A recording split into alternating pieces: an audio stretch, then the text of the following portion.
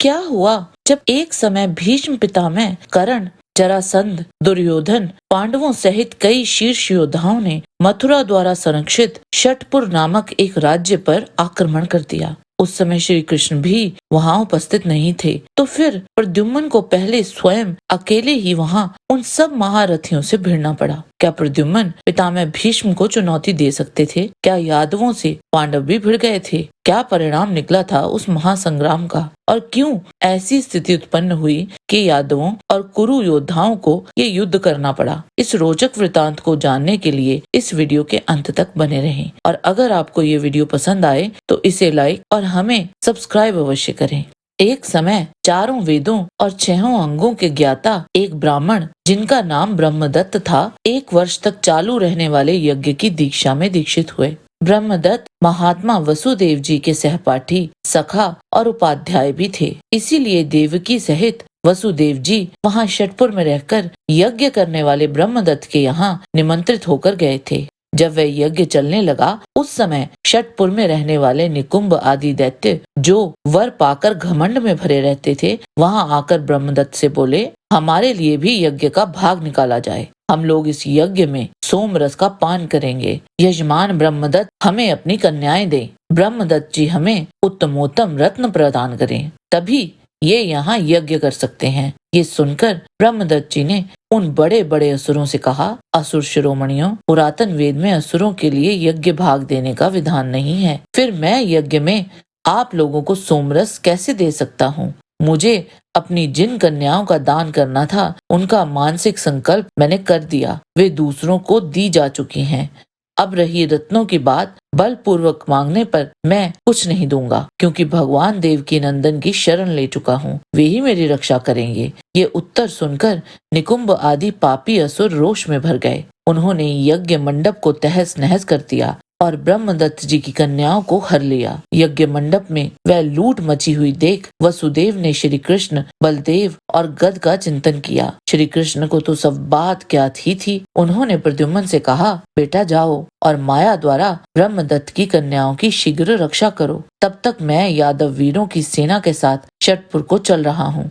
प्रद्युम्न तत्काल शटपुर की ओर चल दिए और पलक मारते मारते वहां पहुंचकर उन कन्याओं का माया द्वारा अपहरण कर लिया। प्रद्युम्न ने मायामयी दूसरी कन्याओं का निर्माण करके उन्हें असुरों के पास छोड़ दिया। इसी बीच में वहां बहुत से राजा आए, जिन्हें ब्रह्मदत्त जी ने पहले से ही यज्ञ में पधारने के लिए निमंत्रण दे रखा था। जरासंध, दंतवक्र, शिशुपाल, पांडव, भीष्म, धृतराष्ट्र के सभी पुत्र, रुक्मी, अवंती के विंद और अनुविंद, शल्य, शकुनी, दूसरे वीर नरेश वहां पधारे थे। उन सबको वहां उपस्थित देख साधु महात्मा श्रीमान नारद जी ने सोचा, यहाँ यादवों तथा दूसरे क्षत्रियों में संघर्ष होगा। इस युद्ध में मैं ही कारण बनूंगा, अतः उसके लिए अभी से प्रयत्न आरंभ करता हूँ। ऐसा सोचकर वे निकुंभ के घर में गए। नारद जी वहां निकुंभ से बोले, तुम लोग यादवों के साथ विरोध करके यहाँ कैसे निश्चिंत बैठे हुए हो? अरे भाई, जो ब्रह्मदत्त हैं वे ही श्री कृष्ण हैं, क्योंकि वे ब्रह्मदत्त उन श्री कृष्ण के पिता वसुदेव के मित्र हैं। जिन कन्याओं को तुम हर लाए हो, उनके लिए तुम्हें सर्वथा यादवों के साथ युद्ध करना होगा। अतः तुम अपनी सहायता के लिए युक्ति पूर्वक यहाँ आए हुए राजाओं को अपने पक्ष में कर लो। तब नारद जी के कहने पर उन दैत्यों ने नाना प्रकार के रत्न और कन्याओं को उन नरेशों को भेंट किया। केवल 5 पांडवों को छोड़कर और सबने कन्याओं और रत्नों का भाग ग्रहण कर लिया। रत्न और कन्या पाकर वे भूपाल शिरोमणि बहुत संतुष्ट हुए। उन्होंने असुरों से कहा, आपने न्यायोचित रीति से हमारा सत्कार किया है, अतः बताइए ये क्षत्रिय समूह आप लोगों को क्या दे सकता है? ये सुनकर हर्ष में भरे हुए निकुंभ ने कहा, श्रेष्ठ नरेशों, हमारा अपने शत्रुओं के साथ युद्ध होने वाला है। उसमें आप लोग सब प्रकार से हमें सहायता प्रदान करें, ये हमारी इच्छा है। उन क्षत्रियों में से पांडवों को छोड़कर उन सब ने एव मस्तु कहकर उनकी प्रार्थना स्वीकार कर ली। इतने में भगवान श्री कृष्ण भी छठपुर में आ पहुँचे थे। प्रद्युम्न को सेना की रक्षा के लिए उसके ऊपरी भाग आकाश में स्थापित किया। यज्ञ मंडप की रक्षा के लिए पांडवों को नियुक्त किया गया। सांब, कृतवर्मा, उद्धव, सारण मकर व्यूह बनाकर खड़े हो गए। तदंतर शटपुर से भी रण दुर्मत दानव निकले। युद्ध के लिए उद्युत हुई उन असुर सेनाओं में सबसे आगे निकुंभ निकला। दुर्योधन आदि 100 भाई भी साथ चल रहे थे। राजा द्रुपद और रुक्मी भी धनुष लेकर साथ साथ चल रहे थे। राजा भगदत्त, जरासंध और उत्तर सहित राजा विराट, ये वीर नरेश निकुंभ की प्रधानता में युद्ध के लिए उद्युत हुए थे। तब निकुंभ ने सम्रांगण में भयंकर बाणों द्वारा यादवों की सेना का मर्दन करना आरंभ किया। यादव सेनापति अनाधृष्टि निकुंभ के इस पराक्रम को नहीं सहन कर सके और निकुंभ ने अपनी माया द्वारा अनाधृष्टि, कृतवर्मा, चारुदेशन, भोज वैतरण तथा दूसरे बहुत से भोजवंशियों को उठा ले गया और उन्हें षटपुर नाम वाली गुफा में बंदी बनाकर वापस युद्ध भूमि में लौट आया। ऐसा घोर संहार देखकर भगवान श्री कृष्ण, बलराम और प्रद्युम्न को बहुत क्रोध हुआ। तदंतर श्री कृष्ण अपने शारंग धनुष से उन दैत्यों पर बाण बरसाने लगे।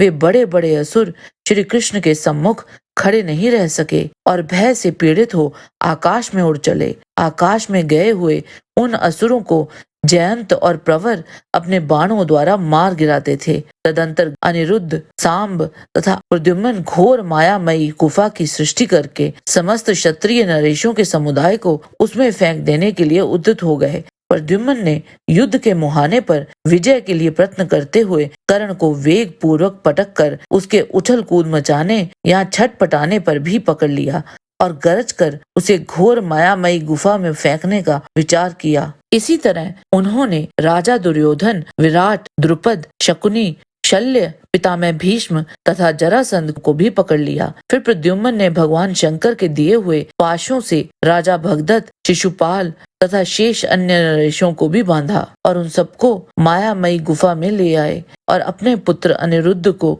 उनका रक्षक बनाकर नियुक्त कर दिया। प्रद्युम्न ने उनमें से किसी को भी बिना बांधे नहीं छोड़ा। तत्पश्चात वे असुरों को मार डालने के लिए उद्यत हो गए और ब्रह्मदत्त से बोले, ब्राह्मण, आप निर्भय होकर अपना यज्ञ कर्म चालू रखें। देखिए, अर्जुन आपकी रक्षा में खड़े हैं। द्विजश्रेष्ठ, पांडव जिसके रक्षक हों उसे ना तो देवताओं से, ना असुरों से और ना ही नागों से ही भय प्राप्त हो सकता है। असुरों ने आपकी पुत्रियों का मन से भी स्पर्श नहीं किया है। आप यज्ञ मंडप में देखिए, मैंने माया द्वारा उन्हें छिपाकर वहीं रख छोड़ा है। आगे प्रद्युम्न ने निकुंभ द्वारा बंदी बनाए गए यादव योद्धाओं को छुड़ा लिया और वह राजा जो प्रद्युम्न द्वारा कैद किए गए थे वह सब प्रद्युम्न से बार बार कहने लगे, वीर, हमें मुक्त कर दो। तदंतर प्रद्युम्न ने श्री कृष्ण के आग्रह से उन्हें छोड़ दिया। वह सब वीर नरेश अपना मुंह नीचे करके वहां खड़े थे और लज्जा में डूबे हुए थे। इसके उपरांत श्री कृष्ण ने अपने सुदर्शन चक्र से निकुंभ राक्षस का मस्तक काटकर उसका वध कर दिया। जय श्री कृष्ण। आज के वीडियो में बस इतना ही। आशा करते हैं कि आपको हमारा ये वीडियो पसंद आया होगा। कृपया इसे लाइक और शेयर अवश्य करें। किसी भी प्रकार की त्रुटि के लिए आप सबसे क्षमा याचना करते हुए आपसे निवेदन है कि प्रेम पूर्वक परम पिता परमात्मा को मन में धारण करें और बोलें, वैदिक सनातन धर्म की सदा ही जय।